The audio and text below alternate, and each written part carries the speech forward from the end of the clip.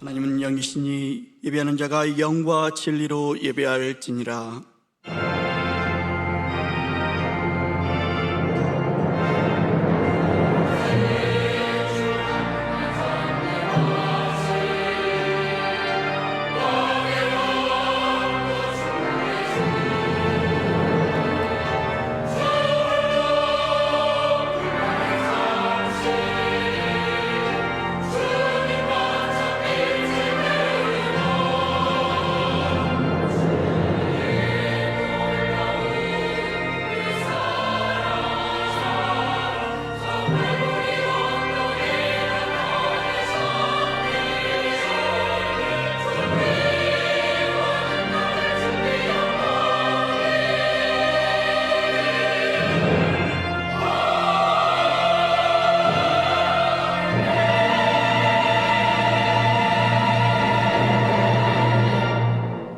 내가 무엇을 가지고 이 앞에 나아가며 높으신 하나님께 경배할까?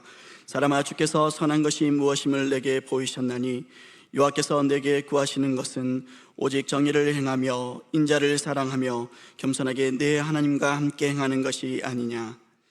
찬양과 영광 받으시기에 합당하신 하나님, 춥고 움츠렸던 겨울을 지나가게 하시고 희망이 넘치는 3월을 시작하게 하시니 감사합니다. 전심으로 하나님을 예배하니 홀로 영광 받아주시고 크신 은혜와 평화로 임재하여 주옵소서. 예수 그리스도의 이름으로 간구하옵나이다.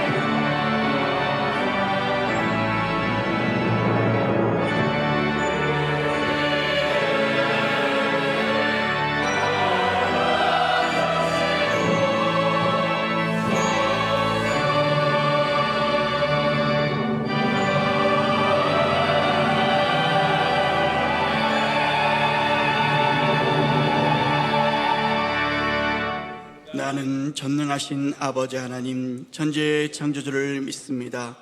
나는 그의 유일하신 아들 우리 주 예수 그리스도를 믿습니다. 그는 성령으로 잉태되어 통정녀 마리아에게서 나시고 본디오 빌라도에게 고난을 받아 십자가에 못 박혀 죽으시고 장사된 지 사흘 만에 죽은 자 가운데서 다시 살아나셨으며 하늘에 오르시어 전능하신 아버지 하나님 우편에 앉아 계시다가 거기로부터 살아있는 자와 죽은 자를 심판하러 오십니다. 나는 성령을 믿으며 거룩한 공교회와 성도의 교제와 죄를 용서받는 것과 몸의 부활과 영생을 믿습니다. 아멘. 성시교독 126번 사순절 3번입니다.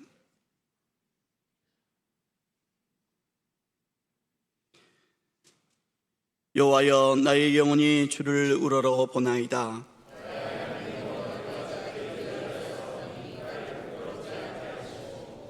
나의 원수들이 나를 이겨 개가를 부르지 못하게 하소서.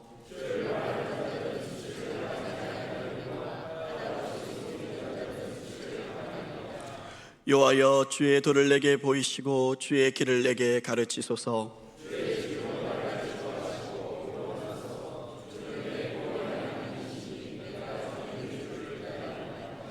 여호와여, 주의 긍휼하심과 인자심이 영원부터 있었사오니 여호와여, 내 젊은 시절의 죄와 허물을 기억하지 마시고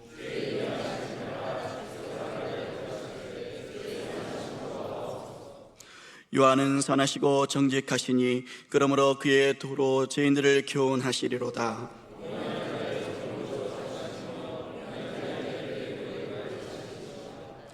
여호와의 모든 길은 그의 언약과 증거를 지키는 자에게 인자와 진리로다. 아멘.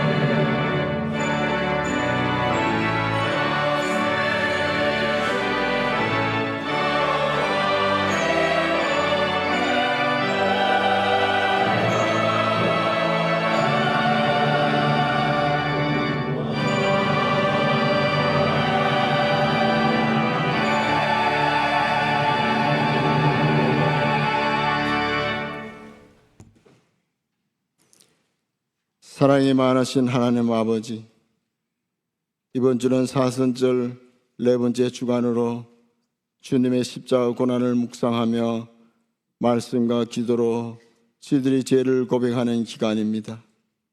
죄와 허물로 영 죽었던 우리들을 구원하기 위해 이 땅에 오셔서 고난과 핍박을 받으며 십자가에 죽기까지 우리를 사랑하신 주님의 사랑을 세상의 무엇으로도 갚을 수가 없습니다. 그럼에도 우리들은 지난 한 주간에도 십자가의 길을 걸으셨던 예수님의 깊은 사랑에 응답하는 삶을 살아야 함에도 불구하고 이웃을 사랑하기보다는 내 육신의 안위를 위해 살아왔으며 섬기기보다는 섬김받기를 더 좋아하고 낮아지기보다는 더 높아지려는 욕심으로 살아왔음을 이 시간 회개합니다. 불쌍히 여기시어 주님의 크신 사랑으로 용서하여 주시고 우리들의 심령을 영원한 생명을 얻은 기쁨과 감사함으로 새롭게 하여 주옵소서. 긍휼이 많으신 하나님, 이제 봄을 맞이하여 우리들 마음의 묵은 밭을 잘 기경하여 좋은 땅이 되게 하여 주셨어. 말씀을 듣고 깨달아 가을에는 100배, 60배, 30배의 결실로 하나님께 영광 돌리게 하옵소서. 우리들의 가정과 교회 안에 예배의 온전한 회복이 있게 하시고 말씀과 기도를 통해 세상과 구별된 거룩한 삶을 살게 하옵소서. 예수 그리스도의 십자가 구원과 회복의 은혜가 전 세계 모든 곳에 임하게 하셔서 평화를 누리게 하옵소서.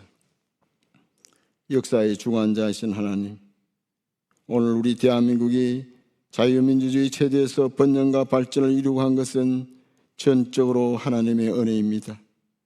은혜를 잊어버리는 이 나라와 이 민족 되지 않게 하시고 하나님을 경외함으로 복을 받게 하옵소서. 오는 4월 10일 총선이 하나님의 간섭과 개입함으로 어떠한 부정선거 시비 없이 공명정대한 선거가 되게 하시고 하나님을 두려워하는 마음으로 국가와 국민을 위해 헌신할 국회의원들이 세워지게 하옵소서. 북한과 통일 한국을 위해 기도합니다. 예수 그리스도의 복음이 북녘 땅에 더 많이 전해져 북한 2,400만 영혼이 구원받게 하시고 하나님을 예배하는 백성이 되게 하여 주옵소서. 한국 교회들이 고통당하는 북한 주민들과 함께 울고 함께 아파하며 보호된 통일 조국이 속기 앞당겨지도록 힘써 기도하게 하옵소서. 이제 평화를 위해 기도하십니까라는 제목의 말씀을 받겠습니다. 말씀을 선포하시는 손 목사님에게 성령 충만함과 말씀의 권능을 더하여 주옵소서. 말씀을 받는 우리 모두의 심령이 옥토가 되게 하셔서 말씀을 듣고 깨달아 입으로만 하는 믿음이 아니라 실천하는 믿음을 주옵소서. 말씀을 통해 우리 안에 있는 두려움과 걱정, 근심과 같은 어두움은 사라지고 위로받고 회복되고 새롭게 일어서는 하나님의 사랑과 은혜로 채워 주옵소서. 주님이 주시는 자유와 평안을 누리게 하여 주옵소서. 당회원들과 부목사님과 협동목사님, 전도사님, 교회를 섬기는 모든 직원들에게도 성령님 함께 하시어 맡은 사명 충성되게 감당하여 교회가 말씀 위에 든든히 서가게 하여 주옵소서. 올해는 새로운 목회자를 청빙하려고 준비하고 있습니다. 이를 위해 온 성도들이 기도로 한마음 한뜻 되게 하시고 우리들 힘에 의지하지 말고 오직 하나님을 의지하게 하옵소서. 청빙 절차가 사람의 판단과 주장과 계획이 아닌 하나님의 뜻에 따라 진행되게 하시고 서울교회의 비전과 목표에 가장 적합한 정직하고 신실한 목회자를 순조롭게 만날 수 있도록 하나님 도와주옵소서.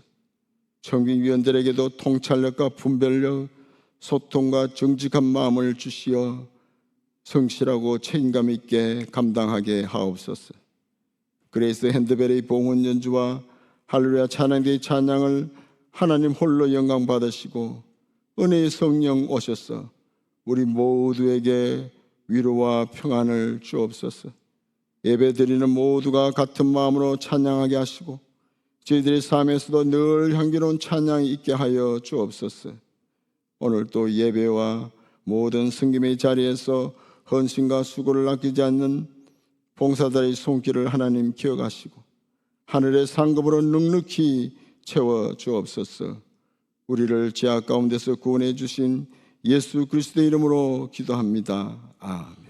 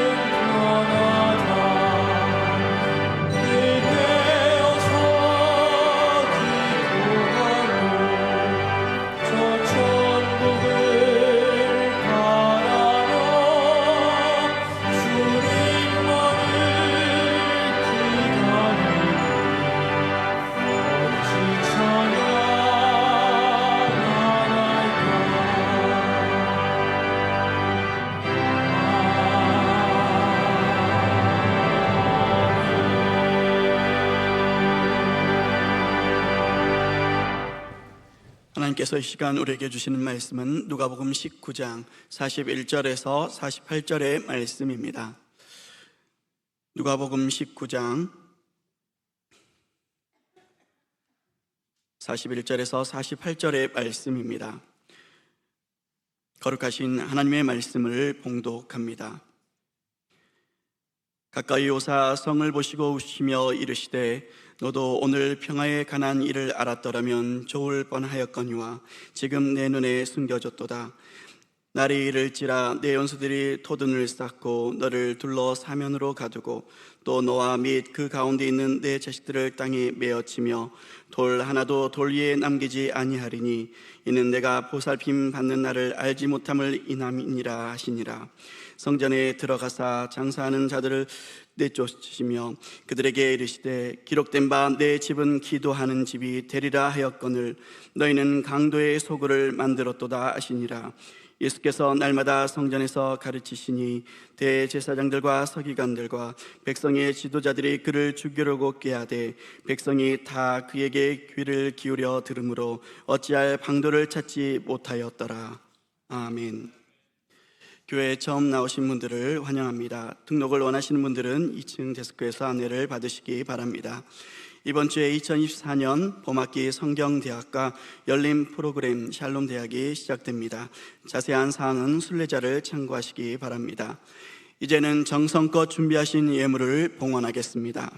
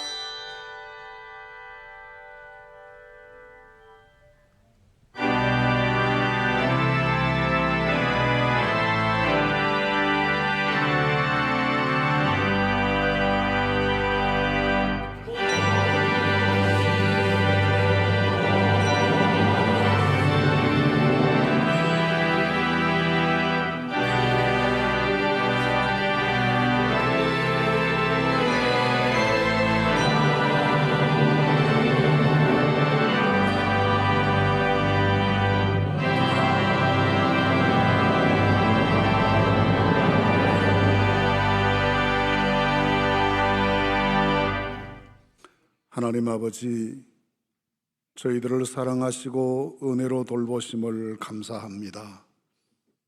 거룩한 날 기억하게 하사 하나님께 나와 예배하게 하시며 예비하신 주의 은혜로 저희 가운데 베풀어 주시니 더욱 감사합니다.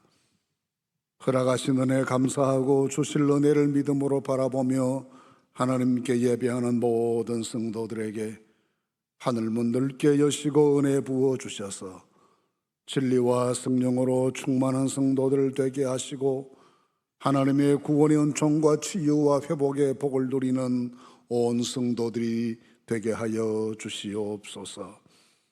하나님께 나와 예배드리며 귀한 예물을 봉헌합니다.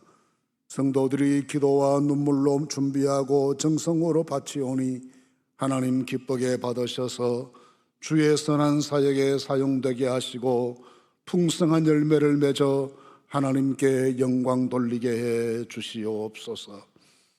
여러 가지 삶의 어려운 시험들 가운데서도 하나님께 예배하고 주께 봉헌하는 모든 성도들에게 복을 내려 주시옵소서. 믿음이 더 깊어지게 하시고 마음 눈이 더 밝아지게 하시고 영혼이 더욱 성결하여 주의 뜻을 헤아리게 하시며 하나님의 능력을 덧입어 세상 속에서 자랑스러운 주의 백성으로 살아갈 수 있도록 축복해 주시옵소서.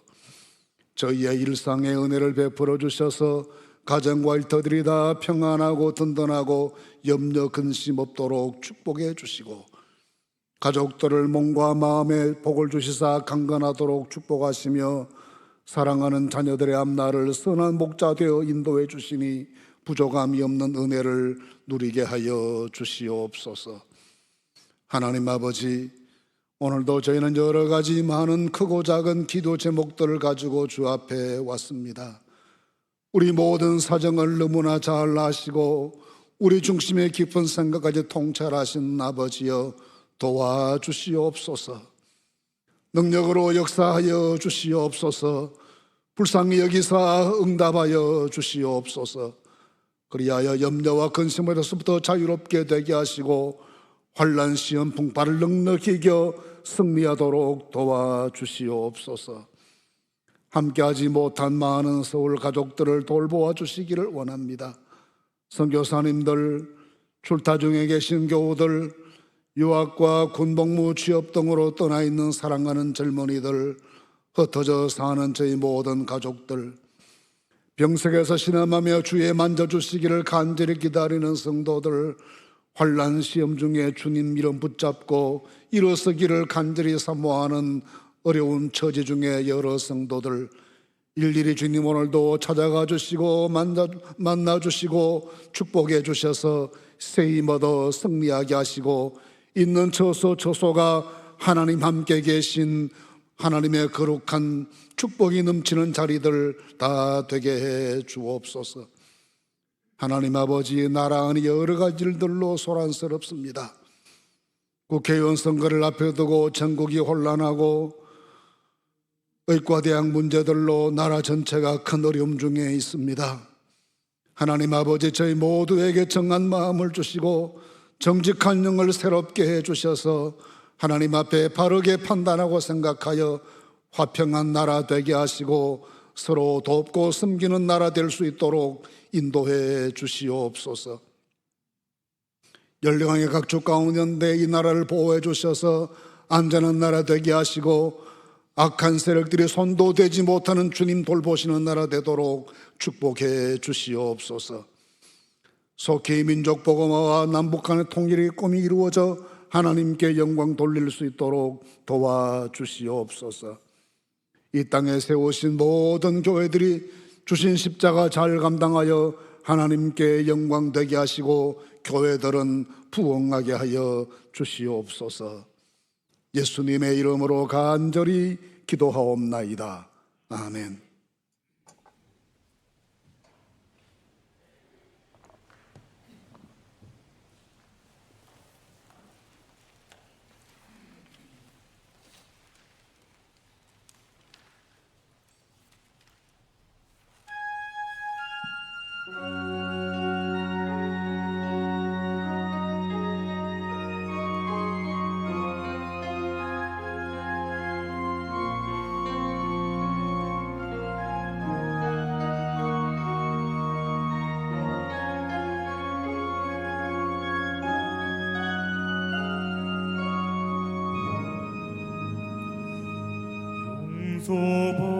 용서받을 수 없는 나의 모든 더러운 죄 주 앞에 나갈 수 없는 그저 울며 엎드려 그저 울며 엎드려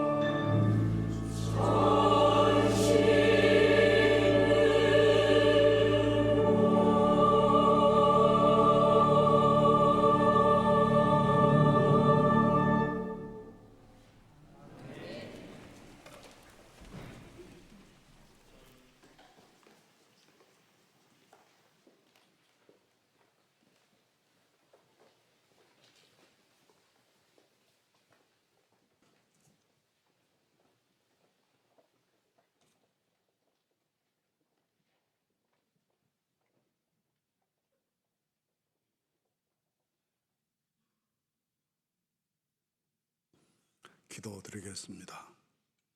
하나님의 은혜에 감사합니다. 저희들을 사랑으로 인도하셔서 거룩한 날 주님께 예배드리는 복을 누리게 하시고, 이 시간에는 주시는 말씀 듣기 위해 주님 앞에 머리 조아리게 하시니 감사합니다.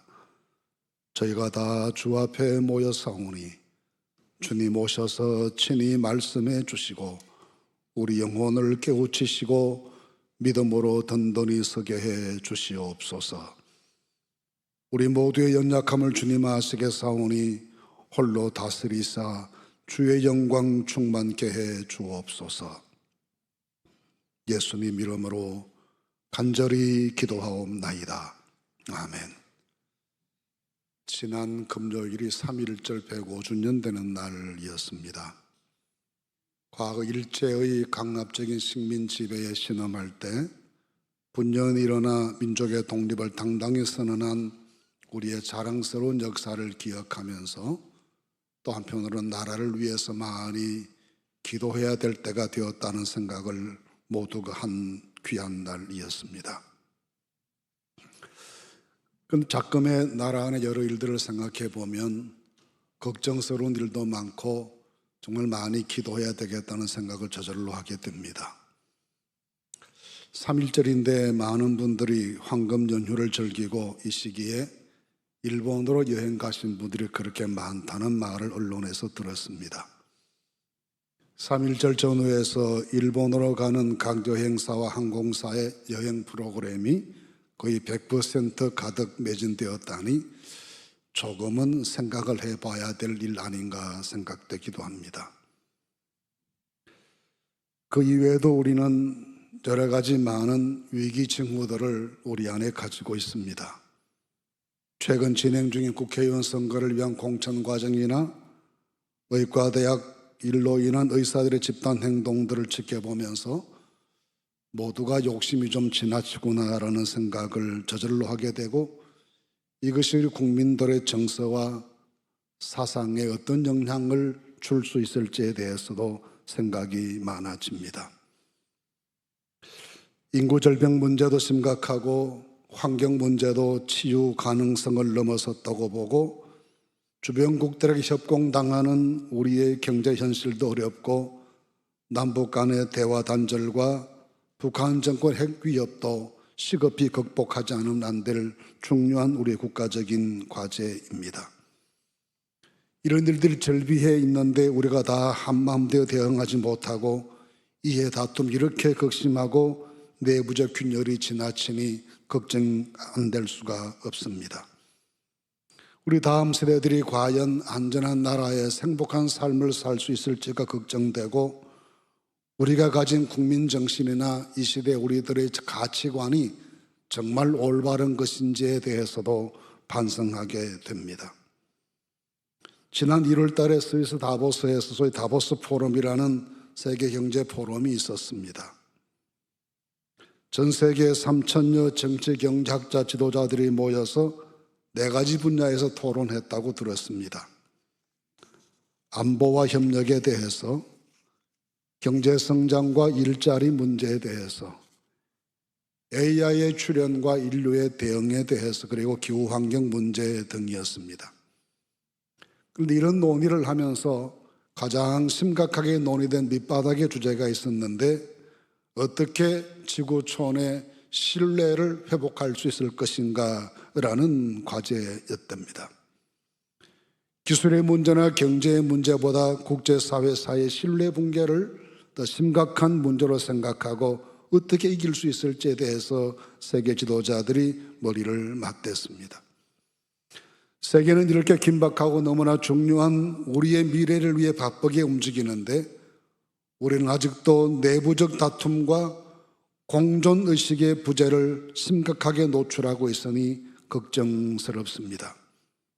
옛말에 무신분립이라 했습니다.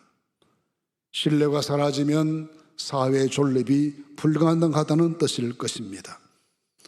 그런데 우리 모습에 상호 신뢰가 사라지고 각자 도생의 치열한 투쟁만 보여서 과연 미래가 어떨지 염려됩니다.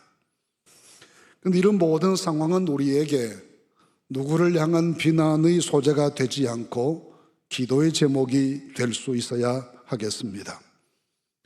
과거 105년 전 우리 어른들에게는 나라의 국권을 회복하기 위한 항일 투쟁이 필요했다면 오늘 우리에게는 나라의 앞날을 생각하는 간절한 기도가 절실하게 요청되는 때입니다.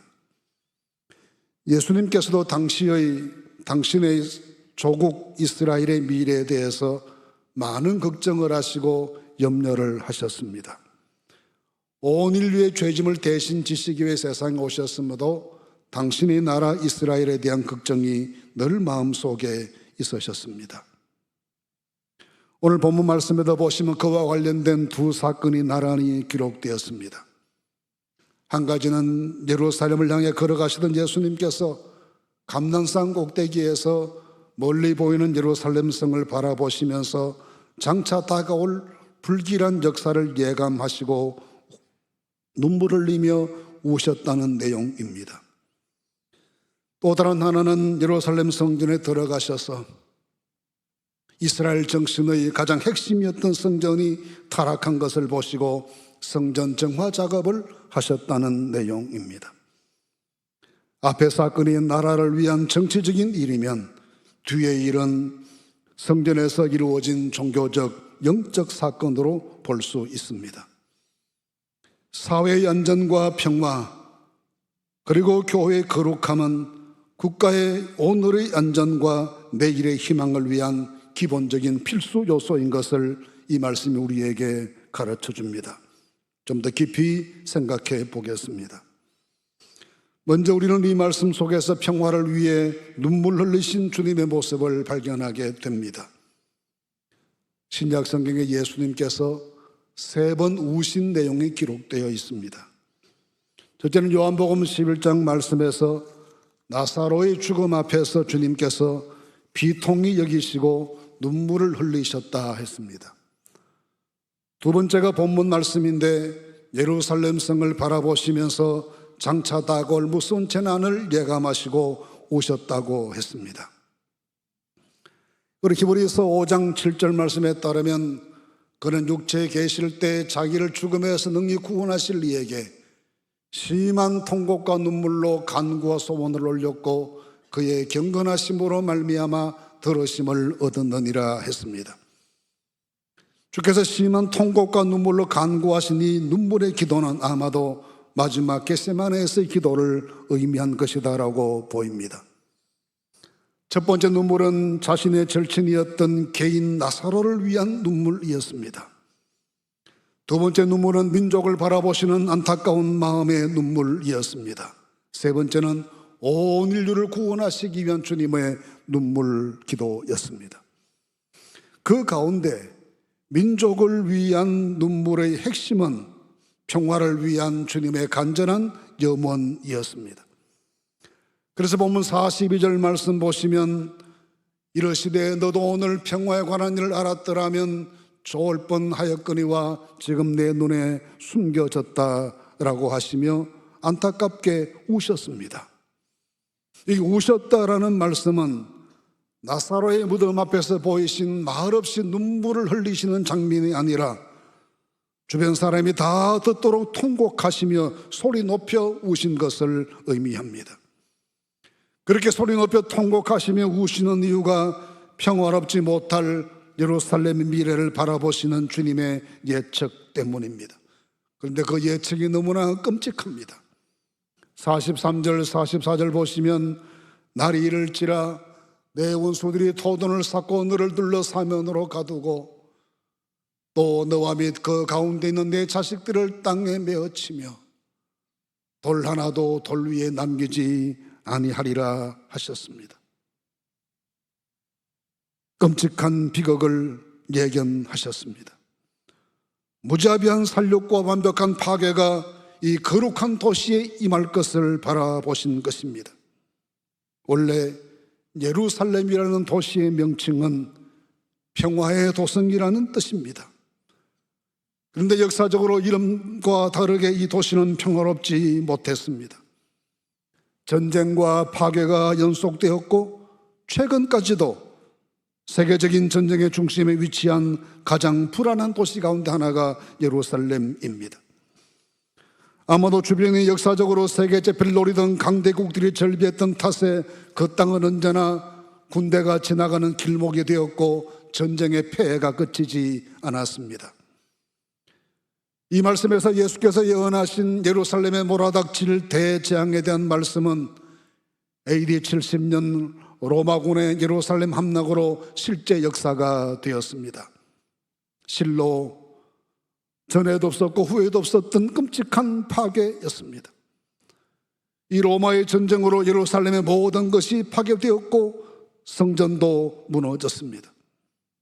로마군의 방화로 성전이 불탔는데 불타면서 성전을 장식했던 금들이 녹아내리자 로마 사람들이 그 금을 채취하기 위해 돌 하나하나를 떼어내면서 주님 말씀 그대로 돌 하나도 돌 위에 남지 않게 완벽하게 파괴되었습니다. 예수님께서 그런 역사를 바라보시며 안타까워하신 것은 그런 재난을 면할 수 있는 평화의 길이 있는데 그 평화의 길이 이스라엘 백성들의 눈에 가리워져 있기 때문입니다. 그래서 오늘 평화에 관한 일을 알았더라면 좋을 뻔하였거니와 지금 내 눈에 숨겨졌다라고 평화의 길을 깨닫지 못하는 그들의 모습이 주님께서는 마음 아파하셨습니다.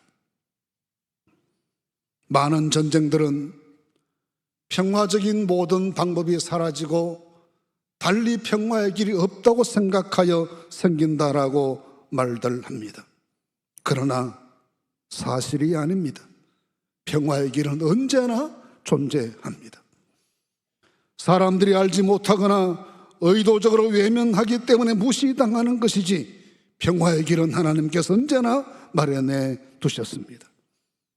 모든 평화는 하나님과의 평화에서부터 시작됩니다. 왜냐하면 모든 갈등과 분쟁의 역사는 하나님과의 평화가 깨어지면서부터 비롯된 부산물들이기 때문입니다. 창세기 3장 말씀에 아담과 하와가 선악과를 먹고 죄인이 되었습니다. 그때부터 두 사람은 하나님을 피하여 숨게 되고 서로를 향하여 내 살 중에 살이요 뼈 중에 뼈라며 일심동체를 고백했던 그들의 관계가 서로에게 책임을 전가하고 원망하는 갈등의 관계로 전락하게 됩니다. 땅에서는 가시원금기가 나타나 인간을 괴롭히기 시작하여 고통의 역사가 시작되었습니다. 이 모든 고통과 갈등과 불안한 일들이 하나님과의 관계가 파괴되면서부터 인간 세계에 찾아왔습니다. 그러므로 평화의 길은 하나님께로 돌아가 하나님과의 화평을 회복하는 여기에서부터 시작될 수 있습니다. 그러나 인간의 역사는 평화를 마치 인간 집단 사이의 이해와 결탁으로 만들어지는 줄로 착각했습니다. 이스라엘의 긴 역사도 마찬가지였습니다. 열왕기하 17장 말씀해 보시면 BC 721년 북왕국 이스라엘이 아수르에게 점령당하고 200년 명맥을 유지해오던 북왕국 역사에 종지부를 찍은 일이 기록되어 있습니다. 마지막 왕 호세아는 나라의 멸망을 막아보기 위해서 안간힘을 기울여 필사의 노력을 기울여 보았습니다. 마지막에는 이집트에 사신을 보내 지원군을 눈물겹게 요청했지만 냉정하게 거절당합니다. 그리고는 망했습니다. 나라가 망하는 것은 하나님을 버려버린 그들이 맞이해야 할 필연적인 결과였습니다. 때문에 평화를 얻을 수 있는 유일한 방법은 하나님께로 돌아가 회개하고 하나님과의 화목을 이루는 것이 최우선 순서였는데 그들은 그 방법을 끝까지 외면합니다. 이웃 나라들과의 이해관계만 맞추면 될 줄 생각했습니다. 그런데 아니었습니다. 주님께서 보실 때 지금 이스라엘 역사도 마찬가지라는 겁니다. 하나님과 화평할 줄 모르고 이웃과의 이해 탓에만 맞으면 평화가 유지될 줄 생각했던 그 어리석은 생각이 참담한 역사를 반복해야 하고 또 반복해야 한다 생각하시면서 안타까워 하셨습니다. 그렇게 긴 시간 동안에 참담한 불행의 역사를 고통을 당하면서도 아직도 하나님께로 돌아오기를 거절하는 그 백성들의 모습을 보면서 주님은 소리 높여 우셨습니다. 우리가 하나님과 평화해야 합니다. 그래야 내 마음의 평화도 가능하고 이웃과도 화목할 수 있고 세상의 평화도 만들어낼 수가 있습니다. 태양을 등지고 걸어가면 내 앞에 긴 그림자가 드리워지는 것을 막을 길이 없습니다. 하나님과 화목해야 합니다. 하나님께 돌아가야 합니다. 하나님의 품에 안길 수 있어야 합니다. 그래야 우리에게 내 마음도 즐겁고 관계도 개선되고 세상의 평화도 만들어내는 하나님의 능력이 함께하게 됩니다. 하나님께로 돌아갑시다. 울면서 예루살렘으로 들어가신 주님께서 성전을 찾아가셨습니다. 예루살렘의 미래를 바라보시면서 다가올 재난 때문에 슬피 통곡하신 주님은 성전에 들어가셔서 성전의 기가 막힐 현실을 바라보시면서 분노하셨습니다. 이 사건은 마태복음 21장, 또 마가복음 11장, 요한복음 2장 등 사복음서에 모두 기록되어 있습니다. 그래서 그만큼 이 사건이 중요한 사건이었고 충격적인 사건임을 의미합니다. 내용은 우리가 이미 잘 아는 말씀입니다. 성전에서 제물로 사용될 동물들을 매매하는 자들을 내쫓으시고 돈 바꾸는 사람들의 상을 뒤엎으시면서 내 아버지의 집은 만민이 기도하는 집인데 너희가 강도의 소굴로 만들었다며 분노하신 일입니다. 45절 46절을 보십시오. 성전에 들어가사 장사하는 자들을 내쫓으시며 그들에게 이르시되 기록된 바 내 집은 기도하는 집이 되리라 하였거늘 너희는 강도의 소굴로 만들었도다. 성전이 이렇게 강도들의 시장터가 된 것은 그럴듯한 이유는 있었습니다. 구약의 제사법에서는 하나님께 제물로 바쳐야 할 제물은 양도, 염소도, 송아지도 가능해서 다양했는데 기본적인 공통점은 제물에 흠이 없어야 했습니다. 그러나 먼 곳에서 제물로 사용할 동물들을 끌고 오다 보면 상하기가 다반사여서 애서 예루살렘까지 왔는데 그 제물을 바치지 못한 일들이 생겼기 때문에 예배자들을 돕는 의미에서 성전 마당에서 동물들을 판매하게 허락했습니다. 해보니 이게 돈이 됐습니다. 남는 장사였습니다. 그래서 단순 편의 제공 차원을 넘어서서 폭리를 취하게 되었고 이것이 성전 경제의 상당 부분을 차지하게 됐습니다. 동전 바꾸는 문제도 마찬가지였습니다. 당시 예루살렘에서는 로마의 달란트 화폐, 헬라의 드라크마나 데나리온 화폐, 유대의 세겔 화폐 등 모두가 통용되었습니다. 그런데 성전에서는 오직 세겔만 통용되었기 때문에 다른 화폐를 가진 사람들이 환전해야 할 필요가 있어서 환전상이 생겼습니다. 그리고 당시에는 모든 20세 이상의 국민들은 출애굽기 30장 13절의 말씀을 따라 성전세를 반세겔씩 내게 했습니다. 이 돈으로 성전을 관리하는 데 사용했습니다. 그런데 문제는 이 말씀을 문자적으로 해석을 해서 반드시 한 사람이 반세겔의 동전을 가져오게 했습니다. 마태복음 17장 24절 말씀에서도 성전세 징수원들이 제자들에게 왜 너희 선생은 반세겔을 내지 않느냐라고 묻는 장면이 있습니다. 때문에 반세겔짜리 동전이 품귀 현상이 생겼고 프리엄이 붙기 시작했습니다. 여기에서 막대한 성전 수입이 생겨나게 됩니다. 그들은 이 돈으로 권력을 강화시키고 제사장들의 사치스러운 생활에 사용했습니다.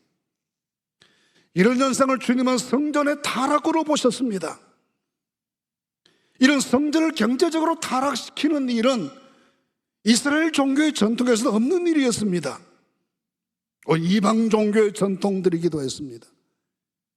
오래전부터 이집트와 그리스 로마 사회에서의 신전 경제는 그 무역 규모의 상당 부분을 차지할 만큼 규모가 컸습니다.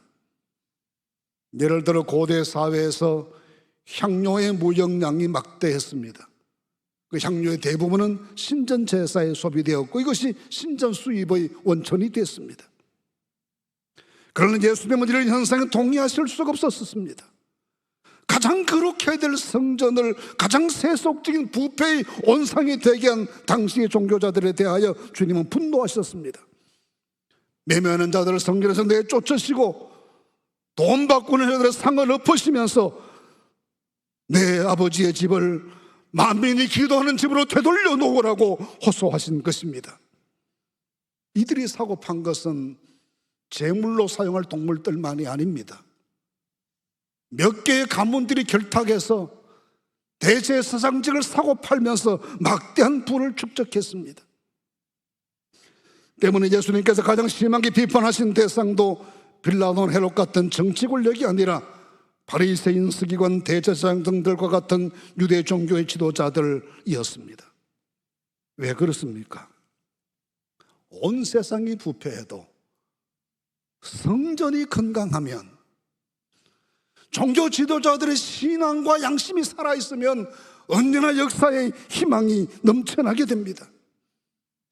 아무리 세상에서 실망한 사람들일지라도 그들을 바라보면서 위로를 얻고 희망을 가질 수가 있게 됩니다. 그래서 구약 성경에서는 남은 자의 사상이 유명합니다. 이사야 6장 13절 말씀에 밤나무와 상수리나무가 배임을 당하여도 그 거루터기는 남아있는 것 같이 거룩한 씨가 이 땅에 거루터기니라 하셨습니다. 아무리 세상이 어지러워지고 타락하여도 씨앗될 사람들이 남아있으면, 아무리 나무가 잘려나가도 잘려나간 자리에 거루터기라도 남아있으면 역사는 희망이 있다는 것입니다. 마치 가뭄이 극심해지는 때에 한 마을의 마지막 남은 가장 깊은 곳의 샘물 하나가 마을 사람들에게 생수를 공급하는 것 같이 모두가 타락한 시대에도 마지막 남은 샘 같은 존재가 믿음의 사람들이며 하나님의 교회입니다. 그런데 여기마저 부패하면 온갖 독극물들이 사회 전반에 흘러들어가게 되어가 도저히 희망 없는 세상이 되고 마는 것입니다. 그래서 주님은 내 아버지의 집을 기도하는 집으로 돌려놓으라고, 성전의 순수성을 회복시켜 놓으라고, 이 성전의 거룩함을 되돌려 놓으라고 호소하고 계시는 것입니다. 그리하면 희망이 있다고 보셨기 때문입니다. 내 집을 만민이 기도하는 본래의 집으로 돌려놓으라 하시는 이 주님의 호소에 귀 기울이시는 오늘이 되실 수 있기를 바랍니다. 그리하여야 우리 모두가 끝날까지 희망 공동체로 역사의 생명을 공급하는 하나님의 교회가 될 수 있기 때문입니다. 주님은 평화를 위해 울며 기도하시고 내 아버지의 집을 기도하는 집으로 되돌려 놓으라 호소하셨습니다. 그런데 이런 예수님의 호소에 대한 유대 당국자들의 대응이 가공할 내용입니다. 47절 48절 말씀 보시면 예수께서 날마다 성전에서 가르치시니 대제사장들과 서기관들과 백성의 지도자들 그를 죽이려고 꾀하되 백성이 다 그에게 귀를 기울여 들으므로 어찌할 방도를 찾지 못하였다 했습니다.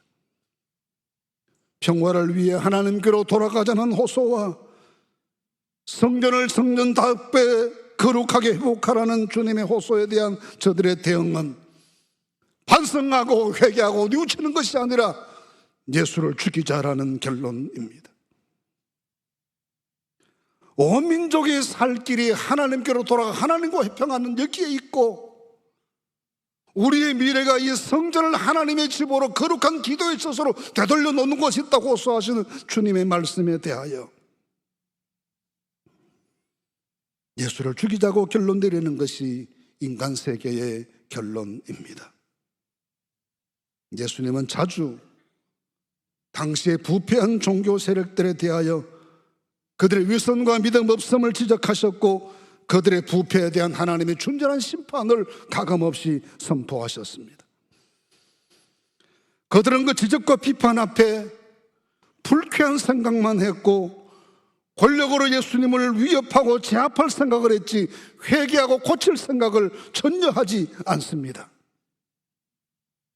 이 막바지에 이르러 자신들의 무능과 부패가 폭로되고 이권을 상실할 위기에 처하게 되자 드디어 죽여야 된다는 끔찍한 결론을 만들어내게 됩니다. 지금은 백성들이 눈치가 있으니 그리하지 못하나 결국은 그들의 흉계로 주님은 십자가에 달리시게 됩니다. 이 내용을 전체적으로 살펴보시면 인간은 스스로 평화를 만들어낼 수 있거나 제시해 주시는 평화의 길로 걸어갈 수 있거나 신앙의 본질을 스스로 회복할 수 있거나 하나님의 성전을 만민의 기도하는 처소를 되돌려 놓을 수 있는 그 능력을 인간은 절대로 가지고 있지 않음을 보여줍니다. 악은 악을 부르고 죄는 더 심한 죄를 부를 뿐이었습니다. 이것은 그들의 모습만이 아니라 오늘의 우리 모습인 것을 직시해야 합니다. 죄 짓지 않고 살 능력도 없고 지은 죄를 정직하게 회개하고 자신을 고쳐서 살아갈 수 있는 결심도 없고 악한 세력에 대항하여 양심을 지켜 살아갈 수 있는 능력도 갖추지 못한 우리 모습입니다. 언젠가는 이렇게 반복되고 누적된 우리의 죄 때문에 큰일 날 날이 올 것이다라고 예측은 하지만 그날이 내 사는 날 동안에야 오겠느냐는 생각 때문에 폭탄 돌리기처럼 위험한 불장난을 우리가 하고 살아갑니다. 이런 멸망의 문턱에 서 있는 인간들을 위해서 주님이 선택하신 마지막 방법이 십자가에 자기 생명을 바치시는 일입니다. 이 무능함과 완악함과 후한무치함과 비천함을 모두 짊어지시고 주님은 대신 십자가의 형벌을 받으십니다. 하나님과 화해하기를 거절한 인간의 죄짐을 대신하시려 온 세상의 평화를 위한 화목제물로 자기 생명을 바치시기 위해 성전마저도 강도의 소굴로 만들어버려 넘치는 인간의 탐욕의 죄짐을 해결해 주시기 위해 이 죄 때문에 파괴되고 고통당하다가 마침내 사망에 이르게 될 불행한 인간 운명을 해결해 주시기 위해 주님은 십자가를 향해 걸어가시고 십자가에 자기 생명을 내려놓습니다. 그래서 일찍 이사야 선지자는 그가 찔림은 우리의 허물 때문이요 그가 상함은 우리의 죄악 때문이라. 그가 징계를 받음으로 우리는 평화를 누리고 그가 채찍에 맞음으로 우리는 나음을 받았도다. 우리는 다 양 같아서 그릇 행하여 각기 제 길로 갔거늘 여호와께서는 우리 모두의 죄악을 그에게 담당시키셨도다 했습니다. 길은 십자가에 있습니다. 우리 모두가 불편한 마음을 가지고 살아가는 세상살이의 종지부를 찍고 십자가 앞에 이 마음을 내려놓으십시다. 무거운 죄짐 때문에 고통당하는 삶의 종지부를 찍고 주님 앞에 그 십자가 보혈 앞에 우리 죄짐들을 벗어 놓으십시다. 주님이 보여주신 십자가의 정신으로 돌아가 세상을 살아가십시다. 십자가 보혈의 거룩한 능력으로 우리 공동체를 만민이 하나님께 기도하는 공동체로 회복시키는 이 거룩한 장정에 함께 나서십시다. 능력은 예수 십자가에 있습니다. 그에게 나아가면 그가 우리를 살리십니다. 회복시키십니다. 기도하는 공동체로 만들어 주실 줄로 믿습니다. 그 주님의 십자가 앞에 나아가는 이 계절이 되시기를 주님의 이름으로 축원합니다. 기도하겠습니다. 거룩하신 하나님, 십자가가 좋아서 지신 것도 아니요 종교적 허영심에 들뜬 분도 아니시고 고통으로 희열을 느끼시는 분도 아니신데 이 십자가 지심은 가르쳐 주시는 평화의 길도 걸어갈 줄 모르고 가르쳐 주시는 대로 하나님의 전을 거룩한 기도의 처소로 만들 줄도 모르면서 죄의 죄를 따고 살아가는 인생들을 불쌍히 여기시는 주님의 사랑 때문인 것을 믿습니다. 주여 우리를 불쌍히 여겨 주옵소서. 그래 십자가 앞에 나아가게 해 주옵소서. 십자가 보혈 앞에 우리 영혼을 맡기고 삶을 맡기고 십자가 그늘 앞에 우리의 모든 삶의 짐들을 내려놓게 해 주시옵소서.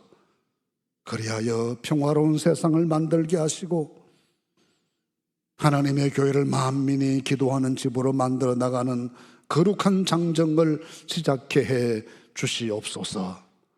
예수님의 이름으로 기도하옵나이다. 아멘.